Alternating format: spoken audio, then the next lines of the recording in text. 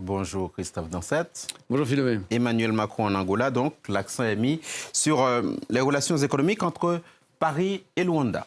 Oui, c'est une visite éclair, une matinée seulement. Il s'exprimera notamment à 10h, pendant laquelle le président français parlera avant tout effectivement des questions économiques.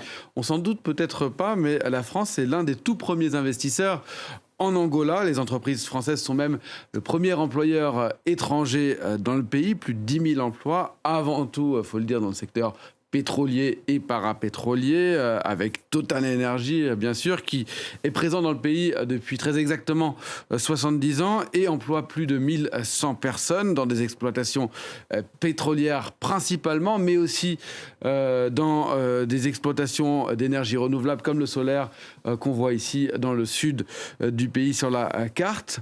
Et d'ailleurs, même s'il souhaite rester discret et avant tout faire la promotion de ces énergies renouvelables, comme la centrale solaire dont je vous parlais, qu'il exploite dans le sud du pays, Patrick Pouyanné, le PDG de Total Energy, fait partie de la délégation française qui accompagne Emmanuel Macron. L'Angola, c'est l'occasion de le rappeler, Christophe Dansette, qui a une économie qui repose avant tout sur le pétrole.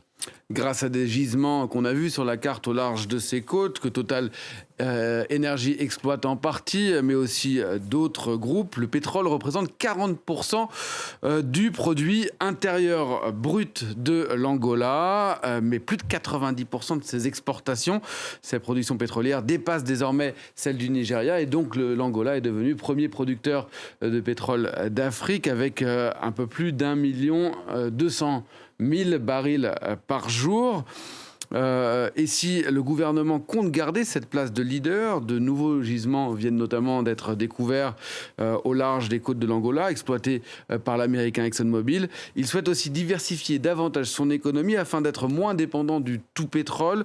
Luanda vient de lancer un programme de réforme structurelle qui est soutenu par le Fonds monétaire international pour développer des secteurs non pétroliers et en particulier le secteur de l'agriculture. Un secteur qui jusqu'à présent n'a pas été développé à la hauteur de son potentiel. Oui, je vais vous donner un chiffre qui montre ça très très bien.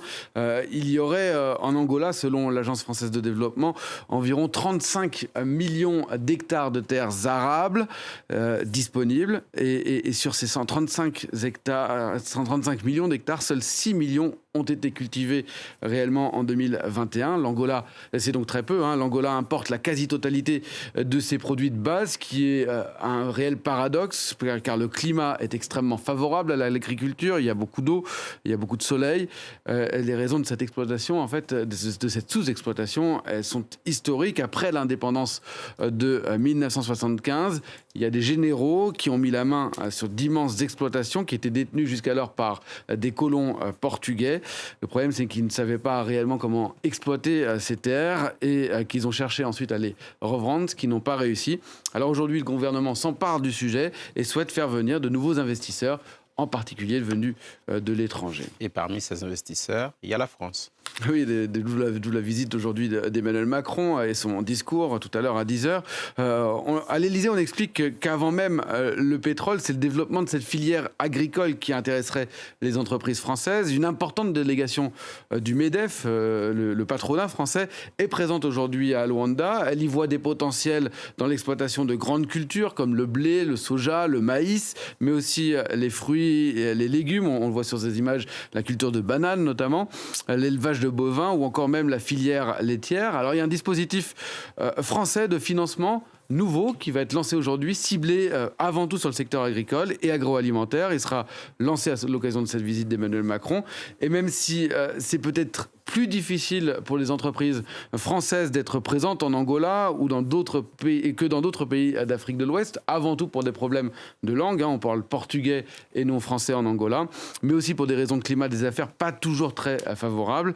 Il s'agit aussi pour la France d'être présente et de ne pas se faire dépasser par d'autres concurrents, car ces concurrents, ils sont déjà là, la Chine, la Russie ou encore la Turquie. Merci beaucoup, Christophe Dansette, c'était l'Info Éco. Merci pour ce gros plan sur l'économie de l'Angola.